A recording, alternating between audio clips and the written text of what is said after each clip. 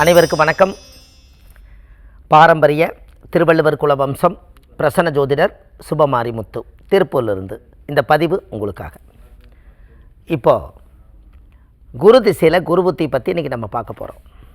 இதுவரைக்கும் நம்ம சூரியன் திசையில் 9 புத்தி பார்த்தோம், சந்திர திசையில் 9 புத்தி பார்த்தோம், செவ்வாய் திசையில் 9 புத்தி பார்த்தோம், ராகு திசையில் 9 புத்தி பார்த்தோம். இப்போ குரு திசையில் 9 புத்தியில் குரு திசையில் குரு புத்தி பற்றி இன்றைக்கி நம்ம பார்க்க போகிறோம்.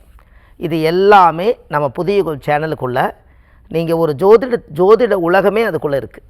எல்லா திசா புத்திகளுக்கு, திதிக்கு, யோகத்துக்கு, கரணத்துக்கு, கிழமைக்கு, நட்சத்திரத்துக்கு, ராசிக்கு, லக்கணத்துக்கு அனைத்துக்கும் பதிவு கொடுத்துருக்கேன். இது எல்லாம் உள்ளே போய் பார்த்தீங்கன்னா எளிமையாக ஆதிகால பரிகாரங்களோடு அந்த புத்தகம் அந்த ஒரு விஷயம் இருக்குது. அப்போ இதில் குரு திசையில் குரு புத்தி பாருங்கள்.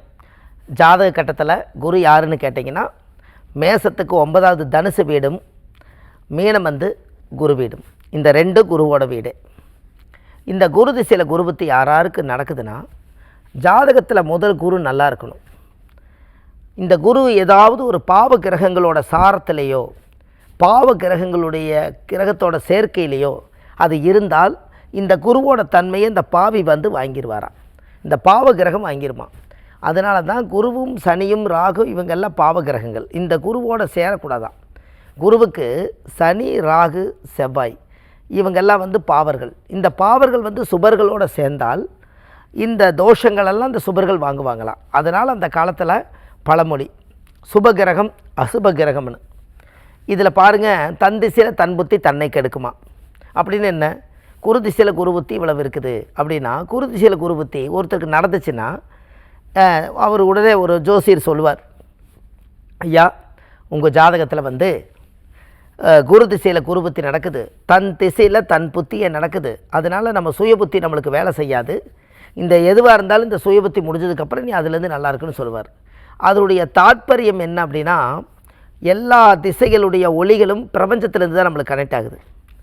அது நம்ம உடம்பில் அந்த திசா புத்திகள் அதில் உட்கார்ந்து அந்த மீதி குரு திசை 16 வருஷ திசை. இந்த 16 வருஷ திசை நம்மளோட உடம்பில் வாழும்போது முதல்ல அது பேட்டன் மாதிரி ஒரு பேஸ் மட்டம் மாதிரி நம்ம உடம்புல ஸ்ட்ராங்காக குரு திசையில் குரு புத்தியில் அது வேலை செய்யறதுக்கு முன்னாடி அது ஸ்ட்ராங்காக உட்காரக்கு உண்டான அந்த பேஸ் மட்டத்தை போட்டுருமா.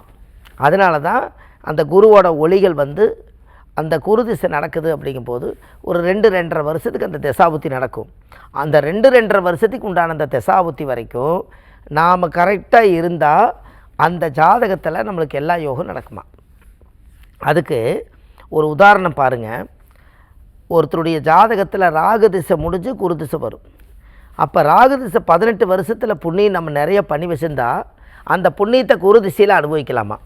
ராகு திசையில் நிறைய பாவங்களை செஞ்சு வச்சுருந்தா குரு திசை எனக்கு ஒன்றுமே நல்லது நடக்கலைங்களே நீங்கள் சொல்கிறீங்க இல்லையா, இதுதான் இந்த கான்செப்ட். ஏன்னா அவ்வளவு சீக்கிரம் ஒருத்தருக்கு குரு கிடைக்கவே மாட்டார். வாழும் காலத்தில் குரு திசை ஒருத்தருக்கு நடக்கும். ஏன் சார் எனக்கு நல்ல திசை தானே குரு, ஏன் எனக்கு குரு திசையில் குரு புத்தி நல்லாவே நடக்க மாட்டேங்குது, எல்லாம் முடங்கி போகுது, என்ன காரணம்னே நம்மளுக்கு தெரியலையே. இதெல்லாம் எங்கேருந்து நம்மளுக்கு கிடைக்கப்பட்டதுன்னா, அந்த ஜாதகத்தில் குரு திசையில் குரு புத்தி நம்ம முன்னோர்கள் அந்த காலத்தில் இதையெல்லாம் உருவாக்கி வச்சுட்டு போயிருக்காங்க. அப்போது இந்த ஜாதகத்துக்கு நம்ம இது சரியான வழியில் பாதத்தை நம்ம கரெக்டாக அமைச்சு இதை கொண்டு போகணும். அப்படின்னா ராகு திசை இதுக்கு முன்னாடியே நம்ம ஜாதகத்தில் ராகு திசை நடக்கும். அப்போ ராகு திசையில் நிறையா புண்ணியங்களும் தானம் தர்மங்கள் எல்லாம் செஞ்சு வச்சோம்னா அந்த புண்ணியத்தை பார்த்து தான் அடுத்த திசையில் அது யோகமாக வேலை செய்யுமா. அதுக்கு தான் புண்ணியம் செய்வதற்கே புண்ணியம் செய்திருக்க வேண்டும். தர்மங்கள் செய்ய செய்ய கர்மங்கள் குறையும் தீர்வுன்னு எந்த புத்தகத்தில் இல்லைன்னா அடிக்கடி நான் சொல்லிக்கிட்டே இருப்பேன். அப்போ நம்ம இந்த திசையில் புண்ணியத்தை நிறைய செஞ்சு வச்சு பாருங்கள், குருவில் நீங்கள் ஒரு சிம்மாசனத்தில் போய் அமைதியாக உட்காந்துருவீங்க. அப்போ நம்ம ஜாதகத்தில் அது யோகம் தானே, நம்ம முன்னோர்கள் அந்த காட்டின வழிகள் தானே. இப்போ தெய்வ அம்சங்கள் அதுக்குள்ளே இருக்கல்லவா. அப்போ இதெல்லாமே நம்ம ஜாதகத்தில் இதெல்லாம் எப்படி நம்மளுக்கு கிடைக்குது. அப்போ இதெல்லாமே ஜோதிட ரீதியாக பார்த்திங்கன்னா அந்த தெய்வ அம்சமான யோகங்கள் அது பலமாக இருக்கிறதுக்கு இதுதான் காரணம். அப்போ இதெல்லாம் தெய்வத்தினுடைய அனுகிரகங்கள் இல்லாமல் அது எப்படி நடக்கும். அப்போ யாருக்கெல்லாம் குரு திசையில் குரு நடக்குதோ அவர் 3 குருவை போய் பார்த்துட்டு வரணும். ஆலங்குடியில் இருக்கக்கூடிய குரு பகவான் ஆலயத்துக்கு போய் 16 விளக்கு நெய் விளக்கு ஏற்றி சாமிக்கு தேங்காய் பழம் பூ மாலை கல்கண்டு வாங்கி அர்ச்சனை பண்ணி அந்த கோவிலில் போய் நீங்கள் சாமி கும்பிட்டு வரணும். அதுக்கு அடுத்தது தென்குடி திட்டை ராஜகுரு. இந்த தென்குடி திட்டைன்னு கூகுளில் சர்ச் பண்ணுங்கள். தென்குடி திட்டை குரு, திட்டை ராஜகுரு. இந்த ராஜகுருவை போய் நீங்கள் பார்த்துட்டு வரணும். இந்த 2 குருவை நீங்கள் பார்த்துட்டீங்க. 3வது குரு யாருன்னு தெரியணுமில்ல. உங்களுக்கு வழி நடத்தக்கூடிய குருவும் இல்லை தாய் தந்தைகள், அவங்களுக்கு ஒரு பாத பூஜை பண்ணணும். இப்படி இந்த 3 குருவையும் நீங்கள் சந்திச்சாச்சுன்னா முக்கூறு தோஷம் நிவர்த்தி ஆகுமா அப்படின்னா பாரு. அப்போ ஜாதகத்தில் நம்மளுடைய பூர்வ ஜென்ம கர்ம தோஷங்கள் எல்லாம் அது இன்றோடு நிவர்த்தி ஆகணும்னு சொல்லி அந்த காலத்தில் இந்த மாதிரி குரு திசையில் குருபுத்தி நடந்தால் குருமார்களை கெட்டியாக பிடிச்சிக்கங்கன்னாங்க. நல்லா வாழ்ந்த ஜீவ சமாதி கோவில்கள் இருக்கும். அந்த கோவிலுக்கெல்லாம் போய் விளக்கு போட்டு பூஜை பண்ணி சாமி கும்பிட்டு வாங்க. பெரிய பெரிய மகான்கள் எல்லாம் நல்லா வாழ்ந்து பொழைச்சவங்க இருப்பாங்க. அவங்க காலத்தொட்டு ஆசீர்வாதம் வாங்க.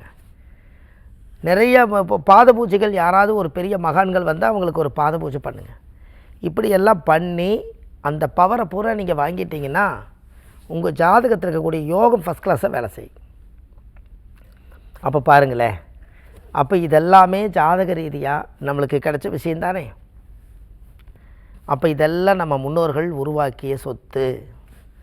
அப்போ அது குரு திசையில் குருபுத்தி யாருக்கு நடந்தாலும் நம்ம வாழ்க்கையில் இந்த 3 பேர் குருமார்களை போய் பார்த்துட்டு வாங்க, பாத பூஜை பண்ணுங்கள்.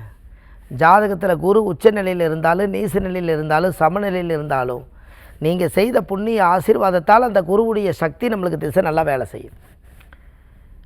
அப்போது அந்த காலத்தில் தானியங்கள் நிறையா சொல்லுவாங்க.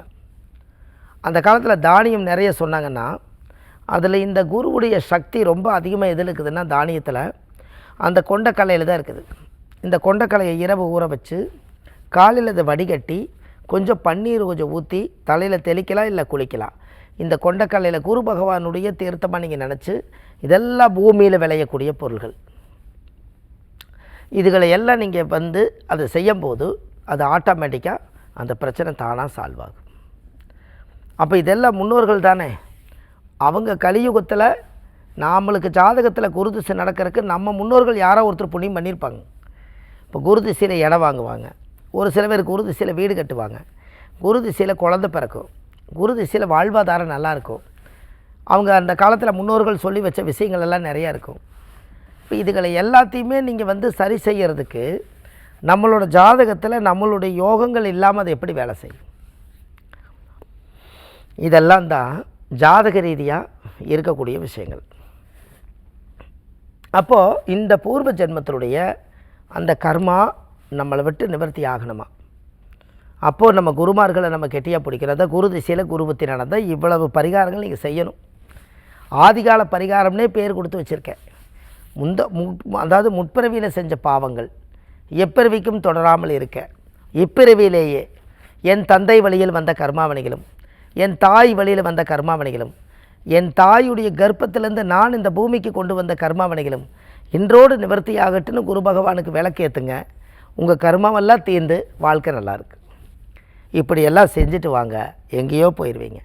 இதுக்கு எல்லாமே இந்த ஆதிகால பரிகார புத்தகத்தில் A4 சைஸு இந்த புத்தகம் ஆன்லைன்லேயே கிடைக்கிது. 1736 பரிகாரங்கள் கொண்ட பெரிய புத்தகம். இந்த புத்தகம் வாழ்க்கையில் ஒரு பெரிய சாதனை. இந்த புத்தகத்தால் நம்மளுக்கு ஒரு பெரிய மறுமலர்ச்சி. அப்போ என்ன அப்படின்னு கேட்டிங்கன்னா, அந்த புத்தகம் வந்து கீழே போயிட்டு நம்பர் கால் பண்ணிங்கன்னா ஆன்லைனில் 2 நாளில் உங்கள் கையில் கிடச்சிரும். இது இல்லாமல் நம்ம ஜாதகம் பிரசன்னம் எல்லாமே பார்க்குறோம். இது சென்னையில் வடபழனி முருகன் கோயில் தெப்பக்குளம் வாசல்லையே நம்ம ஜோதிட அலுவலகம் இருக்குது. சனிக்கிழமை, ஞாயிற்றுக்கிழமை, திங்கக்கிழமை நம்ம ஜோதிடம் பார்க்குறோம். மற்ற தினங்கள் திருப்பூரில் பார்க்குறோம். இது இல்லாமல் ஜாதக ரீதியாக நம்ம வள்ளுவர் வாக்குன்னு யூடியூப் சேனல் வச்சுருக்கோம். அதில் வந்து பார்த்திங்கன்னா 1500 பதிவுகள் கொடுத்துருக்கேன்.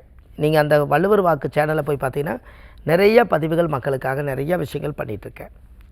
இது இல்லாமல் நம்ம அழைச்சிட்டு போகிற திருச்செந்தூர், விஸ்வாமித்திர கோவில், இதெல்லாம் நிறைய மக்களை அழைச்சிட்டு போய் ஆசீர்வாதம் வாங்க வைக்கிறோம். எல்லாத்துக்குமே கீழே போயிட்டு இருக்க நம்பருக்கு கால் பண்ணிங்கன்னா உங்களுக்கு எல்லா விவரமெல்லாம் கொடுப்பாங்க என்று சொல்லி, பாரம்பரிய திருவள்ளுவர் குலவம்சம் பிரசன்ன ஜோதிடர் சுபமாரிமுத்து. வாழ்வது ஒரு முறை, வாழ்த்தட்டும் தலைமுறை. நன்றி, வணக்கம்.